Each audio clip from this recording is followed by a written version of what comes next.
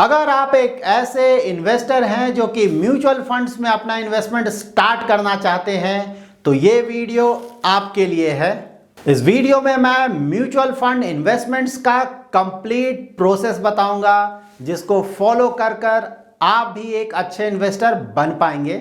इस वीडियो में आगे हम जानेंगे कि हम खुद के लिए टॉप म्यूचुअल फंड स्कीम कैसे सेलेक्ट करें और यहाँ पे मैंने बिगिनर्स के लिए एक डिटेल्ड इन्वेस्टमेंट प्लान भी बताया है और साथ ही हम ये भी जानेंगे कि म्यूचुअल फंड से एग्जिट करने का सही समय क्या होता है और लास्ट में हम म्यूचुअल फंड पे एप्लीकेबल टैक्सेशन के बारे में भी जानेंगे।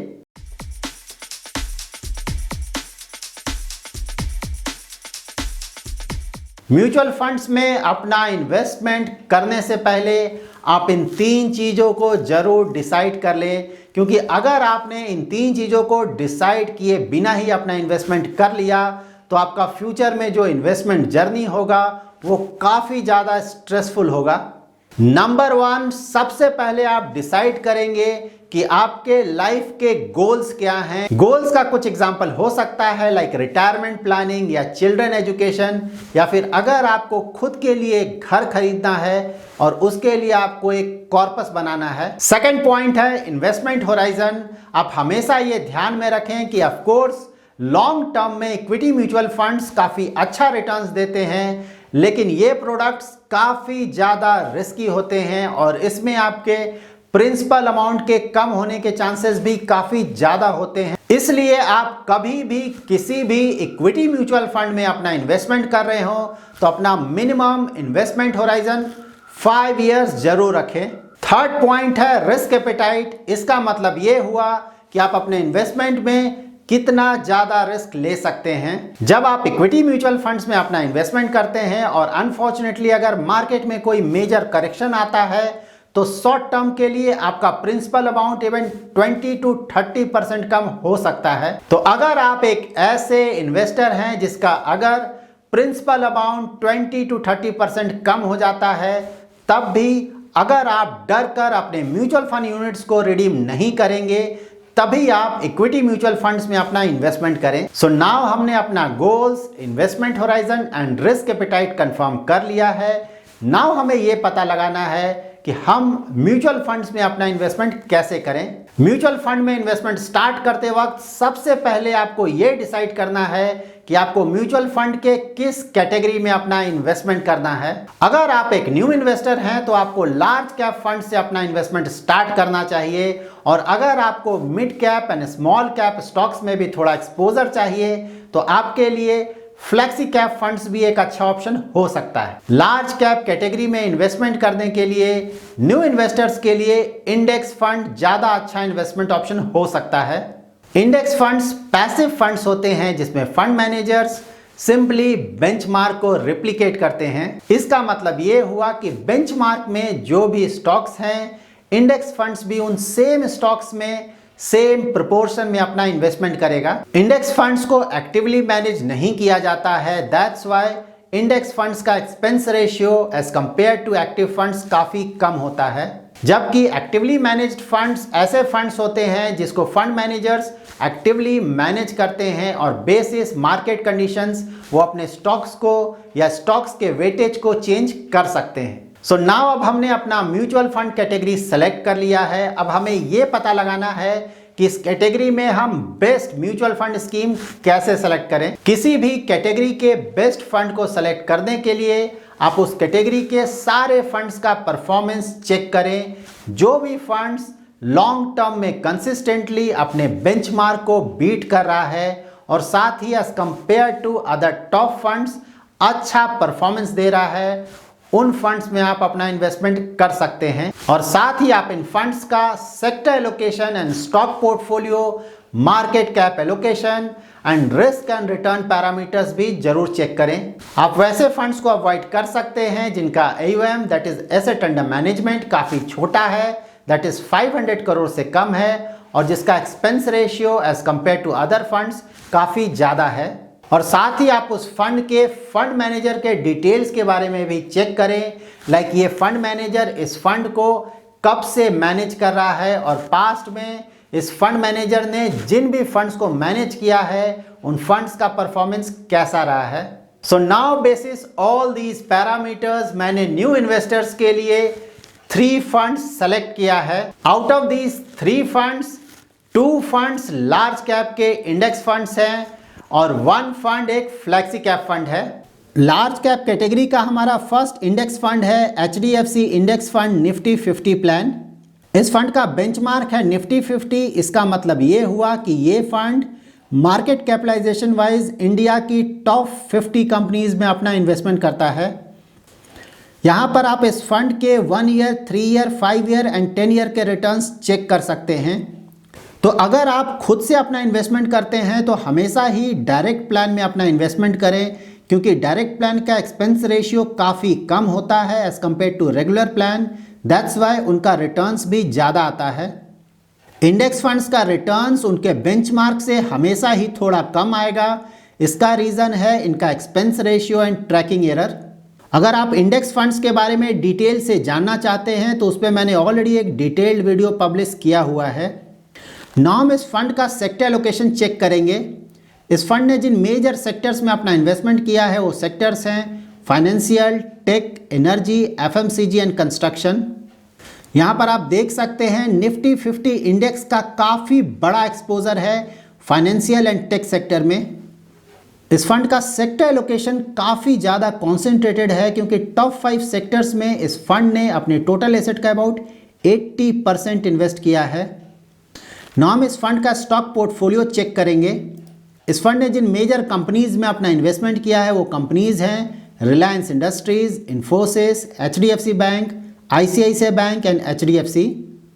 लाइक सेक्टर एलोकेशन इनका स्टॉक पोर्टफोलियो भी काफ़ी ज़्यादा कॉन्सेंट्रेटेड है। अपने टॉप 7 होल्डिंग्स में इस फंड ने अपने टोटल एसेट का अबाउट 50% इन्वेस्ट किया है। लार्ज कैप कैटेगरी का हमारा सेकंड इंडेक्स फंड है UTI Nifty next 50 index fund. इस फंड का बेंचमार्क है निफ्टी नेक्स्ट 50। इसका मतलब ये हुआ कि ये fund market cap wise India की 51 to 100 टॉप कंपनीज में अपना इन्वेस्टमेंट करता है। यहाँ पर आप इस फंड के डायरेक्ट एंड रेगुलर प्लान का 1 ईयर एंड 3 ईयर का रिटर्न्स चेक कर सकते हैं। ये फंड एक रिलेटिवली न्यू फंड है, दैट्स वाई इसका 5 या 10 ईयर का रिटर्न्स अवेलेबल नहीं है। नाउ हम इस फंड का सेक्टर एलोकेशन चेक करेंगे। इस फंड ने जिन मेजर सेक्टर्स में अपना इन्वेस्टमेंट किया है वो सेक्टर्स हैं services, health care, FMCG, financial and energy.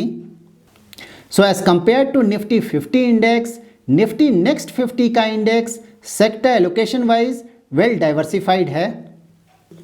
इस फंड ने जिन मेजर कंपनीज में अपना इन्वेस्टमेंट किया है वो कंपनीज हैं Avenue Supermarts, Apollo hospitals, Adani enterprises, Vedanta and Info Edge.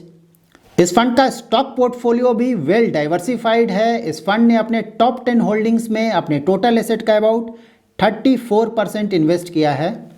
Now हमारे इन्वेस्टमेंट प्लान का थर्ड फंड एक फ्लैक्सी कैप फंड है और ये फंड है PGIM India flexi cap fund. इस फंड का बेंचमार्क है निफ्टी 500। इसका मतलब ये हुआ कि ये fund market cap wise India की टॉप 500 कंपनीज में अपना इन्वेस्टमेंट करता है। इस फंड में आप अपना SIP 1000 रुपीज़ से स्टार्ट कर सकते हैं। यहाँ पर आप इस फंड के डायरेक्ट एंड रेगुलर प्लान का 1 ईयर, 3 ईयर एंड 5 ईयर का रिटर्न्स चेक कर सकते हैं। इस फंड ने अक्रॉस ऑल होराइजन्स अपने बेंचमार्क को काफ़ी बड़े मार्जिन से बीट किया है। सो परफॉर्मेंस वाइज ये काफ़ी अच्छा फंड है। इस फंड के डायरेक्ट एंड रेगुलर प्लान के रिटर्न्स में काफ़ी बड़ा डिफरेंस है। इसका रीज़न ये है कि इस फंड के रेगुलर प्लान का एक्सपेंस रेशियो काफ़ी ज़्यादा है एट 2.18%, जबकि इस फंड के डायरेक्ट प्लान का एक्सपेंस रेशियो काफ़ी कम है एट 0.39%। इस फंड ने जिन मेजर सेक्टर्स में अपना इन्वेस्टमेंट किया है वो सेक्टर्स हैं tech, financial, construction, engineering and health care. Now हम इस फंड के स्टॉक पोर्टफोलियो को चेक करेंगे। इस फंड ने जिन मेजर कंपनीज में अपना इन्वेस्टमेंट किया है वो कंपनीज हैं Infosys, ICICI bank, L&T, axis bank and L&T infotech. इस फंड का भी स्टॉक पोर्टफोलियो वेल डाइवर्सिफाइड है। अपने टॉप 10 होल्डिंग्स में अपने टोटल एसेट का इस फंड ने अबाउट 38% इन्वेस्ट किया है। नाउ हम इस फंड का मार्केट कैप एलोकेशन चेक करेंगे, जिससे कि हमें ये पता चलेगा कि ये fund large cap, mid cap and small cap के स्टॉक्स में कितना इन्वेस्टमेंट करता है। यहाँ पर आप देख सकते हैं कि इस फंड ने large cap, mid cap, small cap तीनों तरह के मार्केट कैप के स्टॉक्स में अच्छा एक्सपोजर लिया है। लार्ज कैप स्टॉक्स में इनका इन्वेस्टमेंट है अबाउट 55%, मिड कैप स्टॉक्स में इनका इन्वेस्टमेंट है about 28% and small cap stocks में इनका इन्वेस्टमेंट है अबाउट 13%। सो इस फंड का mid cap and small cap stocks में एक्सपोजर अबाउट 40% है। दैट्स वाई ये फंड रिलेटिवली रिस्की फंड है। तो अगर आप काफ़ी ज़्यादा रिस्क ले सकते हैं तभी इस फंड में अपना इन्वेस्टमेंट करें। सो नाउ हम 1 लाख रुपये का अपना इन्वेस्टमेंट प्लान देखेंगे। So out of these 3 funds HDFC index Nifty 50 plan में आप 5,500 रुपीज़ का मंथली SIP स्टार्ट करेंगे फॉर 6 मंथ्स और यहाँ पर आपका टोटल इन्वेस्टमेंट होगा 33,000। UTI Nifty next 50 index fund में आप 5,000 रुपीज़ का मंथली SIP करेंगे फॉर 6 मंथ्स और यहाँ पर आपका टोटल इन्वेस्टमेंट होगा 30,000 rupees. And PGIM India flexi cap fund में आप 6,000 रुपीज़ का मंथली SIP करेंगे फॉर 6 मंथ्स और यहाँ पर आपका टोटल इन्वेस्टमेंट होगा 36,000। सो ओवरऑल आप इस इन्वेस्टमेंट प्लान में 16,500 का मंथली SIP करेंगे फॉर 6 मंथ्स और आपका टोटल इन्वेस्टमेंट अमाउंट होगा 99,000। सो हमारा इन्वेस्टमेंट अमाउंट 1 लाख था। सो 1,000 रुपीज़ जो अभी भी बच रहा है उसे हम HDFC index fund Nifty 50 plan में इन्वेस्ट कर सकते हैं। अगर आपका इन्वेस्टमेंट अमाउंट अलग है तो आप इन सेम फंड्स में सेम रेशियो में अपना इन्वेस्टमेंट कर सकते हैं। So now equity mutual funds में इन्वेस्टमेंट करने के बाद हम ये इंश्योर करें कि 3 या 4 मंथ्स में एक बार अपने पोर्टफोलियो का हम जरूर रिव्यू करें। इस रिव्यू में हम ये चेक करेंगे कि हमारा fund as compare to its benchmark and other top funds in same category कैसा परफॉर्मेंस जनरेट कर रहा है। अगर आपका फंड कुछ महीने तक अंडर परफॉर्म कर रहा है तो उस समय आपको अपना फंड चेंज नहीं करना है। जब आपका फंड 2 या 3 इयर्स तक कंटिन्यूअसली अंडर परफॉर्म कर रहा है तभी आप अपने फंड को चेंज करने का डिसीजन लें। म्यूचुअल फंड से आप इन 2 रीजंस के कारण बाहर निकल सकते हैं।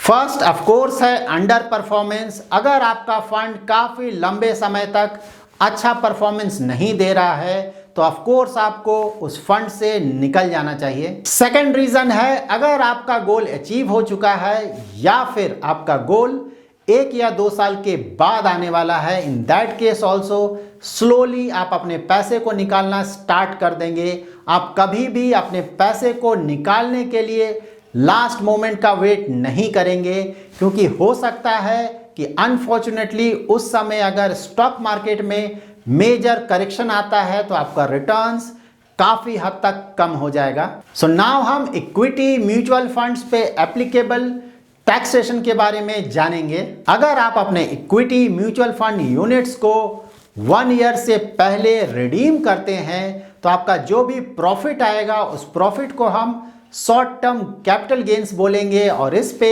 15% का टैक्स एप्लीकेबल होगा। और अगर आप अपने म्यूचुअल फंड यूनिट्स को 1 ईयर के बाद रिडीम करते हैं तो आपका जो भी प्रॉफिट आएगा उसे हम लॉन्ग टर्म कैपिटल गेन्स बोलेंगे और उस पे 10% का टैक्स एप्लीकेबल होगा। लेकिन long term capital gains calculate करते वक्त आप ये ध्यान में रखें कि अगर आपका long term capital gains up to 1 lakh है तो उस पर कोई भी टैक्स नहीं लगेगा और आपका जो भी प्रॉफिट 1 लाख से ज़्यादा आ रहा है उस पर ही 10% का टैक्स एप्लीकेबल होगा। So that's it in this video. अगर आपका कोई इन्वेस्टमेंट रिलेटेड क्वेरी है तो आप हमारा एवरी सैटरडे 7:30 PM का YouTube लाइव स्ट्रीम ज्वाइन कर सकते हैं। और अगर आपको ये वीडियो पसंद आया है तो ज़रूर लाइक एंड शेयर करें और अगर अभी तक आपने हमारा YouTube चैनल सब्सक्राइब नहीं किया है तो ज़रूर सब्सक्राइब करें। Thanks lot for watching.